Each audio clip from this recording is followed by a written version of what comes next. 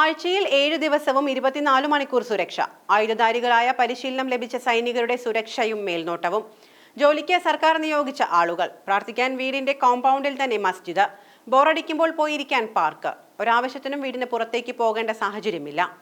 ഒരു VIP-ക്ക് ഒരുക്കിയ സുരക്ഷകളാണ് ഇതെല്ലാം. അതെ, പാകിസ്ഥാന്റെ VIP-ക്ക് അവർ ഒരുക്കിയ സൗകര്യങ്ങളുടെ ലിസ്റ്റാണ് ഈ പറഞ്ഞത്.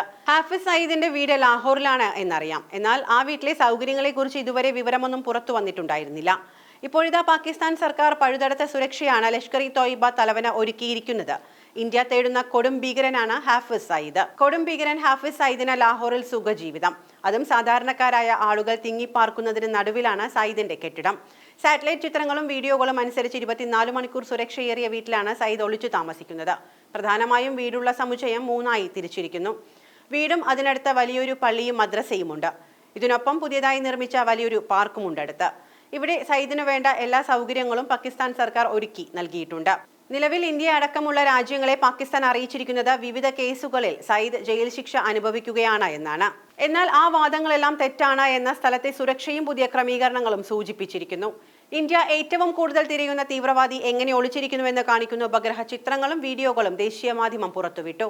ഹാഫിസിനെ സംരക്ഷിക്കാൻ തങ്ങളെ വിന്യസിച്ചിട്ടുണ്ട് എന്ന് ഇയാളുടെ സ്വകാര്യ സുരക്ഷാ ഉദ്യോഗസ്ഥരും സ്ഥിരീകരിച്ചു. സ്ഥലം 24x7 സുരക്ഷയിലാണ് ഉള്ളത്. ഉപഗ്രഹ ചിത്രങ്ങളിൽ 3 പ്രോപ്പർട്ടികൾ കാണിക്കുന്നു. ഭീകരന്റെ താമസ സ്ഥലം, പള്ളിയും മദ്രസയും ഉൾപ്പെടുന്ന വലിയ കെട്ടിടം, ഹാഫിസിനായി സ്വകാര്യമായി ഒരുക്കിയിട്ടുള്ള പുതിയതായി സൃഷ്ടിച്ച സ്വകാര്യ പാർക്ക് എന്നിവയാണുള്ളത്. മുംബൈയിൽ നടന്ന ഭീകരാക്രമണത്തിൽ പ്രതിയായ സയ്യിദ് ഏപ്രിൽ 22-ന് 26 പേരുടെ മരണത്തിനിരയാക്കിയ പഹൽഗാം കൂട്ടക്കൊലയ്ക്ക് പിന്നിലെ മുഖ്യ സൂത്രധാരനെന്നും കരുതപ്പെടുന്നു. ദി റെസിഡന്റ് ഫ്രണ്ട് എന്ന ലഷ്കർ അനുകൂല സംഘടനയാണ് പഹൽഗാം ആക്രമണത്തിന് പിന്നിലെന്നാണ് വിവരം. നിലവിൽ ഇന്ത്യ അടക്കമുള്ള രാജ്യങ്ങളെ പാകിസ്ഥാൻ അറിയിച്ചിരിക്കുന്നത് വിവിധ കേസുകളിൽപ്പെട്ട് സയ്യിദ് ജയിൽ ശിക്ഷ അനുഭവിക്കുന്നുവെന്നാണ്. ഈ വാദങ്ങളെല്ലാം തെറ്റാണ് എന്നാണ് സ്ഥലത്തെ സുരക്ഷയും പുതിയ ക്രമീകരണങ്ങളും സൂചിപ്പിക്കുന്നത്. തീവ്രവാദത്തിൽ ഫണ്ട് അനുവദിച്ചതുമായി ബന്ധപ്പെട്ട കേസിലാണ് 77-കാരനായ സയ്യിദ് ജയിൽ ശിക്ഷ അനുഭവിക്കുന്നതായി പാകിസ്ഥാൻ പറയുന്നത്. ഇന്ത്യയുടെ രഹസ്യ ഏജൻസികൾക്ക് സയ്യിദ് വീട്ടിലുണ്ട് എന്ന് വ്യക്തമായിട്ടുണ്ട് എന്ന് ദേശീയ മാധ്യമങ്ങൾ റിപ്പോർട്ട് ചെയ്യുന്നു. കഴിഞ്ഞ മാസം സയ്യിദിന്റെ അടുത്ത അനുയായിയും സംഘടനയിലെ പ്രമുഖനുമായ അബു ഖത്തർ അജ്ഞാതരുടെ വെടിയേറ്റ് മരിച്ചിരുന്നു. ചലം സിദ്ദിൽ വെച്ചാണ് പൂഞ്ച് ഭീകരാക്രമണത്തിലെ ബുദ്ധി കേന്ദ്രമായ അബു ഖത്തർ കൊല്ലപ്പെട്ടത്. ഇതോടെ പാകിസ്ഥാൻ ഫായിദ് സയ്യിദിന് സുരക്ഷ വർദ്ധിപ്പിച്ചിരിക്കുകയാണ്.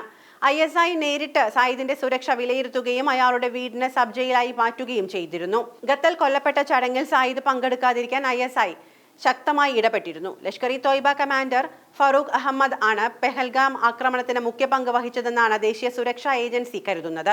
പാക് അധിനിവേശ കാശ്മീരിലാണ് ഫാറൂഖ് കഴിയുന്നത്.